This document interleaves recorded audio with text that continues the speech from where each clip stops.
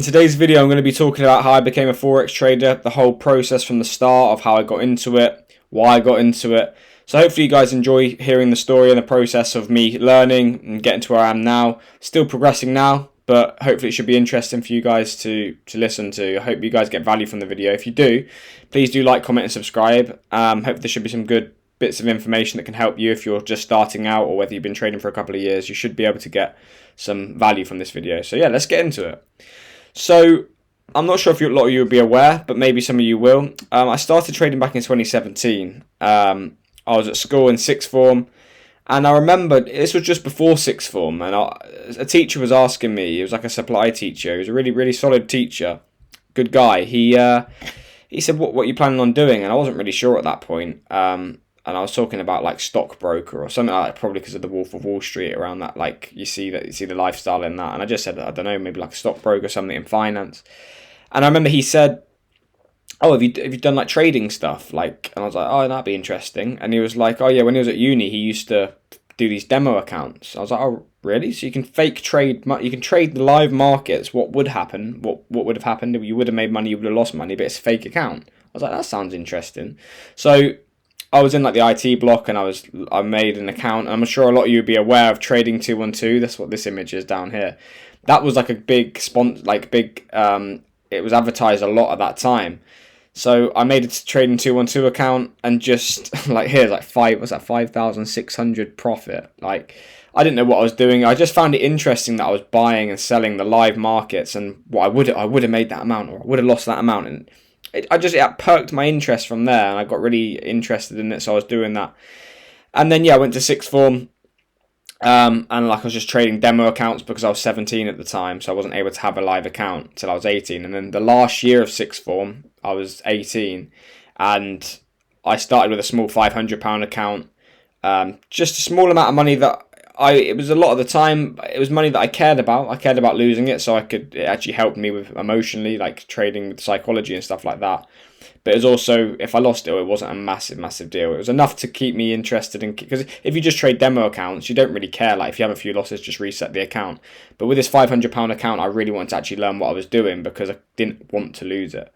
So I was just trading in my free periods when I didn't have lessons and watching YouTube. And when everyone was planning on going to uni and getting an apprenticeship and everything like that, I started to think, I'm going to take this seriously. It wasn't as popular back then as what it is now. I know not many people knew about it. So I was just the guy, like, in my free periods, I wouldn't really do all my work. I would just be watching YouTube videos of live trading and websites looking at trading and what it is and how I can improve. I didn't know that much at the time, but that was just the beginning of me learning and thinking, okay, I'm going to take this seriously. So yeah, when everyone went to uni and everyone got apprenticeships, I was like, I'm going to have a couple of years, work part-time, and just treat this like a degree, treat this like I was at uni or a job.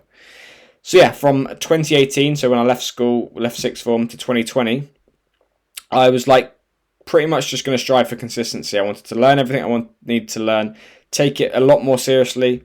So yeah, I went all in on the learning. I was like, I paid for education rather than just learning online. I thought, okay, I'm going to actually get some real solid education from people that know what they're talking about, so I can try and improve as best I can. And there was obviously lots of lessons I learned throughout that period. I assumed as soon as I'd get a strategy, as soon as I was in this community, that it'd be pretty easy. I thought they're hiding this information, and as soon as you pay the money and people give you the strategy, I just need this one strategy that will make you money. I thought if I got that information, that's it. I'll just start easily making consistent money, but I couldn't be more wrong. I learned a lot more about how you have to become the edge alongside your strategy. Your habits outside of trading affect your results in trading. A lot more to it than that. But yeah, I worked part-time at weekends, so that affected me going out as much. And I went out occasionally with my mates because obviously you just turned 18, 19, you were going out. But it made it more difficult because they were working full-time in the week on a lot more money than me. And I was obviously trading at the weekends trying to learn the skill. Trading in the week, learning the skill. And then I'd work at weekends to pay. Because obviously, as you can see from these images, at £14.30 on my £500 account. So percentage-wise, just under 3%. It's a good return, but because it was such small amounts of money, I knew that you're not going to make much. So obviously, I'd supplement that income and pay for my education. I think my education was, it was like £500 for the course, and then about £80 a month, and you got live recap videos, you got live webinars in the morning for London session, and you could ask questions, and you're in like a webinar type layout. So it was good. you know, my main goal, like I said, was to gain consistency, because what I thought is, if I'm consistent on the small accounts, like, getting £14.30, just under 3%, withdrawing £17, that's just over 3% withdrawn. If I can make 3% on a £500 account, I have the skill set to make 3% on 100,000 or 3% on a million, and the numbers just scale up massively. So that was my main focus. Although psychologically it's a lot more difficult when you're, instead of having £14 fluctuating up and down, you've got 14,000 or 1,400. It was still that the thesis was there. I thought, if I can learn this and I can scale up. Prop firms weren't as popular back then either. I mean, there might have been some about, but they weren't as heavily advertised. You didn't really hear about them. So I thought I'll just scale up my own capital that I've got, work as well, and put money into it.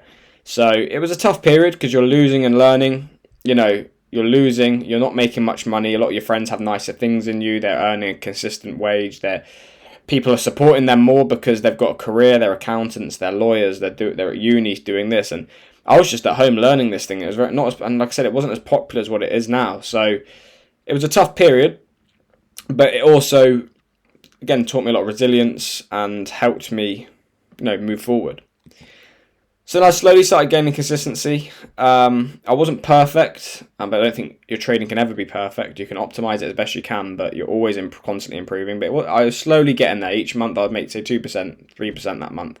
I would come back from a drawdown month, so I'd be down 4%, and I'd end the month +2. And I think, okay, I'm understanding the psychology of trading. I'm understanding that you don't just finish the month up. You might go all throughout the month, have a drawdown, then have a couple of nice trades, which your strategy, which you take as part of your strategy, and you're able to be up at the end of the month. And I was just trying to improve. So I was looking to scale up my capital. Again, like I said, prop firms weren't popular.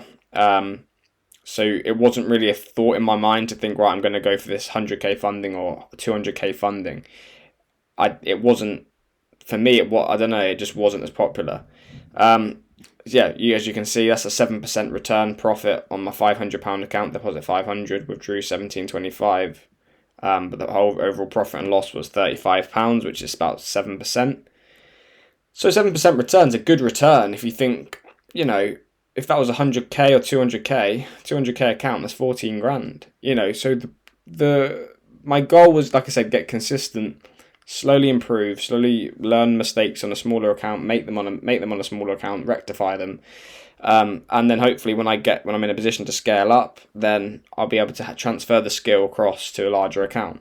I remember vividly this trade as well. I mean, it looks big. It wasn't as monetary wise that big, because it was a small account. But I think I was in Spain at this point, and I remember taking this trade, and it went straight into profit. And I thought, it wasn't the trade that was good, because I can't remember what I was doing. I probably didn't know what I was doing. But it was the fact that I was away.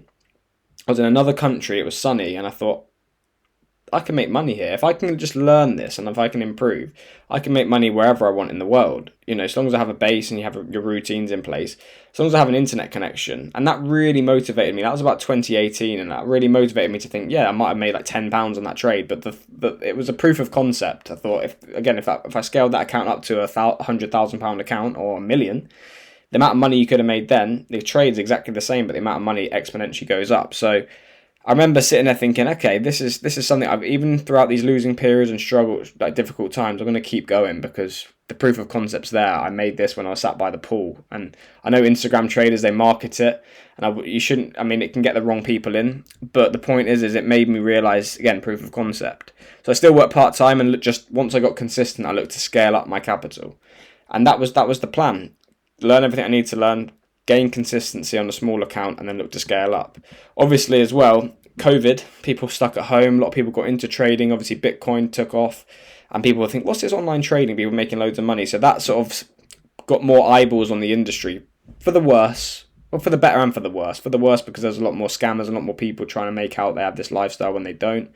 But then it also, again, I think for me, that's when I first started hearing about prop firms. I started hearing about companies that will fund traders, because a lot of people might know the skill, might have the skill to trade, but they don't have the access to capital. Not many people are born to have 100,000 just sat there. Like most normal people like us, you don't have loads of money sat there. You have to, so to get access to 100k, 200k, prop firms were going to solve that.